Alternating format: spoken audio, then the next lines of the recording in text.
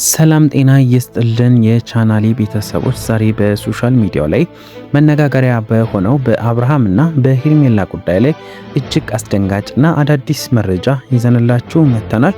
አብርሃም ወደ ሄርሜላ ቤተሰቦች የላካቸው ሽማግሌዎች በጭራሽ ልጃችንን አንሰጥም ተብሎ በቁጣ እንደተሸኙ ታውቋል። ሄርሜላ በዚህ ውሳኔ ክፉኛ ደንግጣለች። ለመሆኑ ቤተሰቦቿ ሽማግሌውን ያልተቀበሉበት ዋነኛ ምክንያት ምንድነው? ስለ ሄርሜላ እርግዝና ሽማግሌዎቹ ምን አሉ? ሁሉንም ሚስጥር አሁን አብረን የምናይ ይሆናል። ወደ ጉዳያችን ከመግባታችን በፊት ለዚህ ቻናል አዲስ ከሆናችሁ ሰብስክራይብ በማድረግ ቤተሰብ ሁኑ። የደወል ምልክቷንም በመጫን እንዳትረሱ። ቪዲዮን ደግሞ ላይክ በማድረግ ጀምሩ። በቀጥታ ወደ ዝርዝር መረጃችን ስንገባ ትላንትና አብርሃም ነገሮችን መስመር ለማስያዝ ወደ ሄርሜላ ቤተሰቦች ሽማግሌ ልኮ ነበረ። ነገር ግን የተላኩ ሽማግሌዎች እነጋሽዬ ወይም ኤፍሬም የሚያውቃቸው ሳይሆኑ አብርሃም በገንዘብ አባብሎ የገዛቸው የሰበሰባቸው ሰዎች እንደሆኑ መረጃዎች ወጥቷል። ሽማግሌዎቹም የሄርሜላ ቤት ሲደርሱ ግን የገጠማቸው ነገር ቀላል አልነበረም። የሄርሜላ አክስቶች፣ አጎቶች ሽማግሌዎችን በጥያቄ አፋጠዋቸው ነበረ።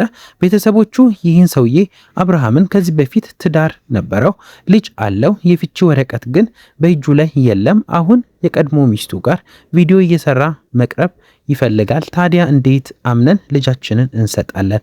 በማለት ሽማግሌዎችን ውድቅ አድርገው ነበረ። ጉዳዩ ይበልጥ ያወሳሰበው ደግሞ ሽማግሌዎቹ ቤተሰቡን ለመሰብሰብ ሲሉ በአሁን ሰዓት ከአብርሃም እርግዛለች፣ ስለዚህ ሽምግልናውን ተቀበሉ ብለው በመናገራቸው ነው። ይሄ ንግግር የቤተሰቡን ቁጣ ይበልጥ አናዷቸዋል እና ቤተሰቦቹም ሽምግልናውን የሚላከው ልጅ ከመፈጠሩ በፊት እንጂ ከተረገዘ በኋላ አይደለም፣ ይሄ የቤተሰብ ክብር በመንካት ነው በማለት ሽምግልናውን አወርደው በጣም ተናግሯቸውና አዋርዳቸው ሊያባረሩ ችለዋል።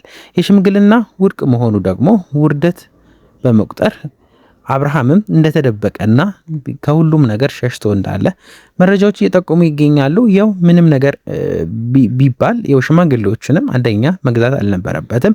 ቤተሰቡ እስካሁን ድረስ ስላላመነበት እሱ ከውጭ ገዝቶ መላኩ ይበልጥ ነገሮችን ያወሳስባል። አንደኛ የሄርሜላ ቤተሰቦች የአብርሃምን ቤተሰቦች ማን እንዳለው ጋሽዬ እንደመላክ እንደነበረበት ወንድሙም መሄድ እንደነበረበት ሁሉም ያውቃሉ እና በዚህ እርግዝና ላይ ደግሞ እንደዚህ ማለታቸው ይበልጥ ቤተሰቡን እንዳዋረዱና ነገሮቹ ይበልጥ ውስብስብ ደረጃ ውስጥ እንደሚያመሩ ሁላችንም የምናይና የምንመለከተው ነገር ነው። ያው እስቲ ምን ይፈጠራል የሚለው ደግሞ በጣም አጓጊና እስቲ ዛሬ ደግሞ ሩታ የምትለቀው ቪዲዮ አለ። ምን እንደሚፈጠር ሁላችንም የምናይ ነው የሚሆነው። አብርሃም ያው እስቲ ምን ያጋጥመዋል የሚለው ደግሞ ግራ የሚያጋባ ነገር ነው። ሄርሜላስ ቤተሰቦቿን ምን ይሏት ይሁን የሚለውንም ራሱ በሌላ በኩል በጣም ከባድ ውሳኔ ላይ የሚያስደርስ ነገር ነው። ምንም እንኳን ያው በሶሻል ሚዲያ ላይ ስለ ሄርሜላ የቀድሞ ህይወት ትዳር ብዙ ቢወራም አብርሃም ግን ምንም አልሰማም፣ ማንንም አልሰማም። ከነችግሮቿ ቀበላታለሁ በማለት ቁርጦ ተነስቷል። እኔ በሌላ በኩል ሩታ ዛሬ አዲስ ቪዲዮ እንደምትለቅ ስለ ዳኒና ሜሪ ማብራሪያ እንደምትሰጥ ይጠበቃል። እስቲ ምን ይፈጠራል የሚለው ደግሞ በጣም አጓጊ ነገር ነው። አብርሃምስ ምን ሆኖ ነው ብሎ ብዙ ተመልካቾች የተናገሩ ይገኛሉ። እንዴት ከነችግሮቿ ቀበላታለሁ ይላል የሚሉም ብዙ ተቃራኒ ቡድኖች የተናገሩ ይገኛሉ። እስቲ ምን ይፈጠራል የሚለው በጣም አጓጊ ነው።